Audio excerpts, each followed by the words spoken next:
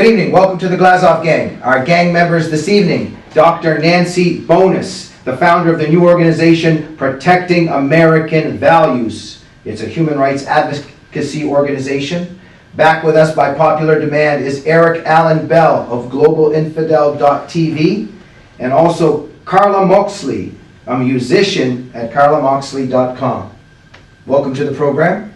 We have two new gang members with us this evening, Nancy and Karla. Eric, remind them of the rule in the Glazov gang. I just don't remember. You can check out anytime you like, but you can never leave. That's right, so please remember that. And what song was that from? Hotel California. You got it, Nancy's winning. Love Is this a it. game show? I would like to buy a vowel. Welcome to the program. This first segment is about Islam, followed by a question mark to the first sentence, the trouble with Islam, question mark. Eric, let us begin with you. You had somewhat of a conversion several months ago. Something happened at the Daily Cost, then you took a little bit of time off, and now you're back to fighting. Let's begin with you and a little bit of your journey. Sure. Where you are right now. I started making a documentary when it had been announced that there would be a 53,000 square foot mega mosque constructed in the middle of the American Bible Belt. There was backlash, divided the town. I got involved. I took sides. I saw it as a civil rights issue, and I saw it as a religious freedom issue. And I was very much pro-mosque and anti those Islamophobes. Long story short, along the way I learned a lot about Islam and realized I had everything wrong. All of it. Shot all this footage with a certain point of view, and I had it all wrong. And I went to my backers and I said, we've got this about like half right, but there's a whole part of Islam that we've left out here, and I want to put it in. And the decision was that we weren't going to do business. It wasn't going to go in with their money. So I had also written for michaelmoore.com and for about 100 articles for Daily Kos. And so I thought, well, I'll write an article for Daily Kos letting liberals know that human rights, if you're concerned about human rights, you should be opposed to Islam. Not radical Islam, Islam. If you care about human rights, gay rights, women's rights, you have to be opposed to Islam. Not Muslims, Islam. I thought I made that abundantly clear. I wrote 3 articles. The last one was called, Do You Support Human Rights? And ironically, that was the one that got me banned.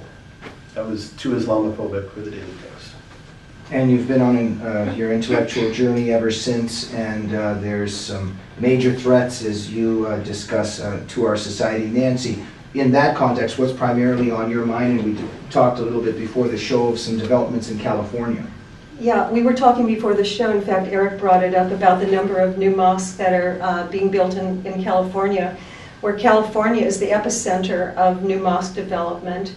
And we're such a liberal state that people won't listen to anything that has to do with the truth about human rights abuses in Islam. And so they're just going crazy. In fact, across the country, since 9/11, there's been a proliferation of mosque building in America, and it's nearly doubled the number of mosques from what we had before. But now, Nancy, to play the devil's advocate, if somebody says, well, you know, you're an Islamophobe, these are mosques, these are houses of religious worship, this is just anti-Muslim bigotry, what would you say? A mosque is a place to pray. Why are you concerned about Muslims praying in a religious institution? The thing is, if the ones that are really supporting Islam accurately are the ones who want to kill all infidels and take over America from within. It's very clear. It's in all of their three holy books, and most of these mosques across America are being funded by the Saudi government, and that money is very dirty money because it's like a Wahhabist, extremist, literal translation of the Quran. And you've seen that before 9/11. You hardly ever walked down the street and saw women covered in America.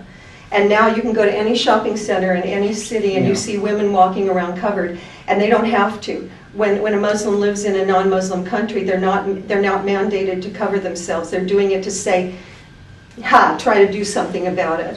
Thank you, Nancy. And Frank Gaffney's come out with a new video course on the Muslim Brotherhood, and very, very frightening developments in terms of the Muslim Brotherhood, not only, infiltrating and responsible for many of these mosques, but also even infiltrating our society at large, and the Obama administration in particular. Karla, what do you think about the warnings and the concerns that are raised by Eric and Nancy? Okay. So on Islam, there are a lot of religions in the world, and I in particular, I don't belong to any. So, a lot of beliefs that are in Christianity, in Catholicism, I think are extreme. So, one thing to you may seem so far from you, but the truth is that everything is. Everything is that way to somebody. So, on the subject of California, we have mosques. Well, California has always been a haven of sorts. For my family, it was segregation. My family came from the South. They migrated to California because of their race and a better life here. So, saying so many mosques are created here and oh, that's so terrible. It's a safe haven. California has always been very liberal. It's that perception that's being exploited. Yes. It is the perception that we're liberal that's being exploited. There was a memorandum put out by the Muslim Brotherhood that said they were going to engage in what they're calling a civilization jihad, where they will destroy the West from the inside by our own hands, which what better target than tolerant California? You talk about different religions. Christianity says in Leviticus, if your child talks back to you, stone him to death.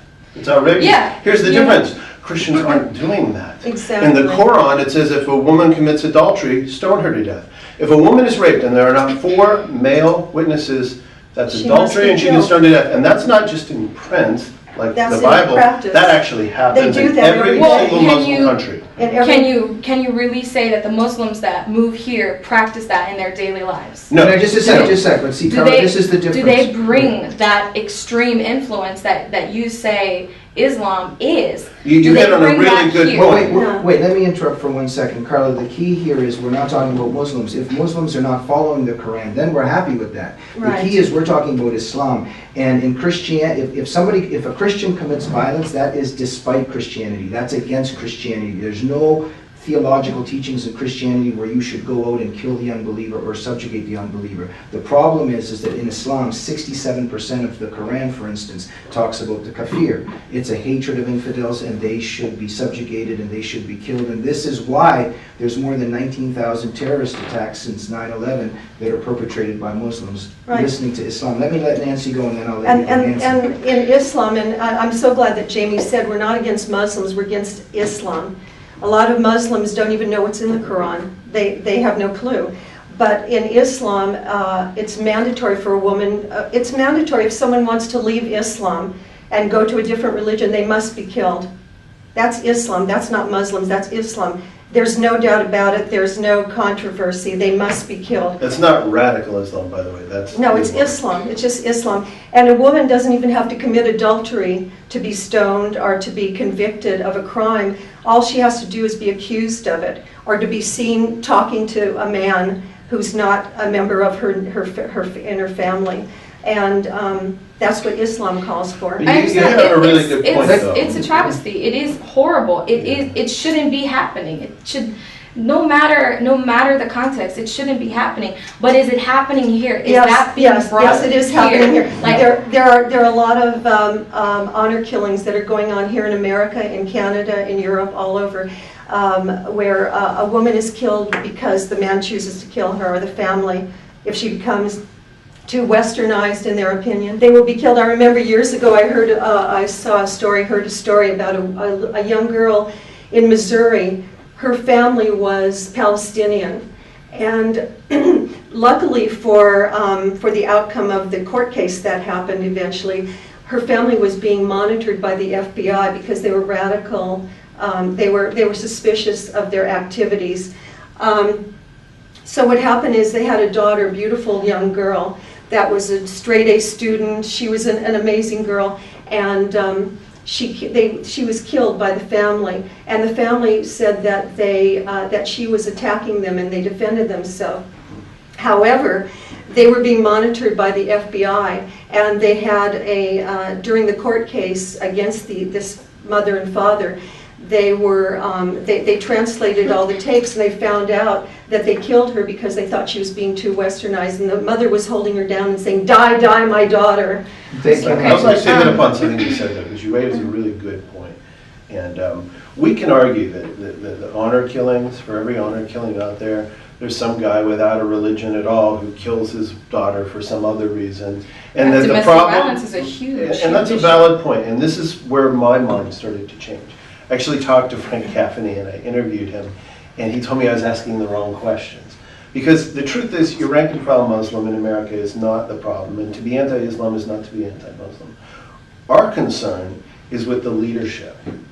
The leadership, 75–80% receiving money from Islamic countries that are wanting to promote Sharia in America, that are teaching ideas that are sedition, treason, that are teaching ideas like killing Jews, that are creating little safe havens for terrorism. We're starting to see a pattern. And the evidence shows that that's not some paranoia, like Red Scare kind of crazy right-wing thing, that there's really numbers to support this. This really is reality.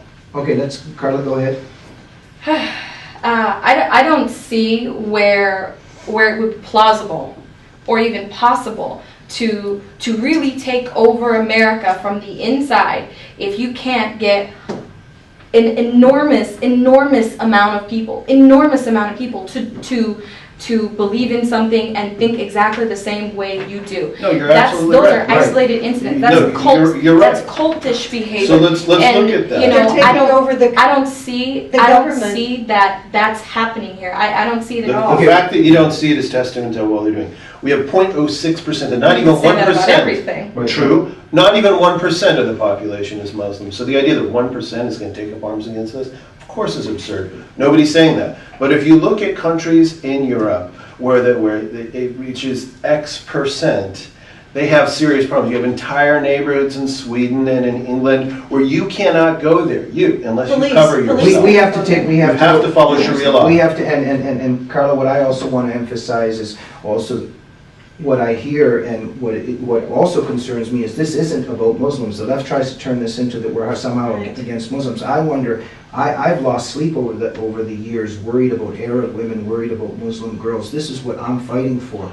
And if we care about human rights and about the honor killings, etc., then I believe we have to care about a religion that's serving as the fertilization and buffer to the persecution. This really is a human rights issue. World. Join us tomorrow evening for our second segment when we discuss Eric Holder's problems with Fast and Furious. See you then.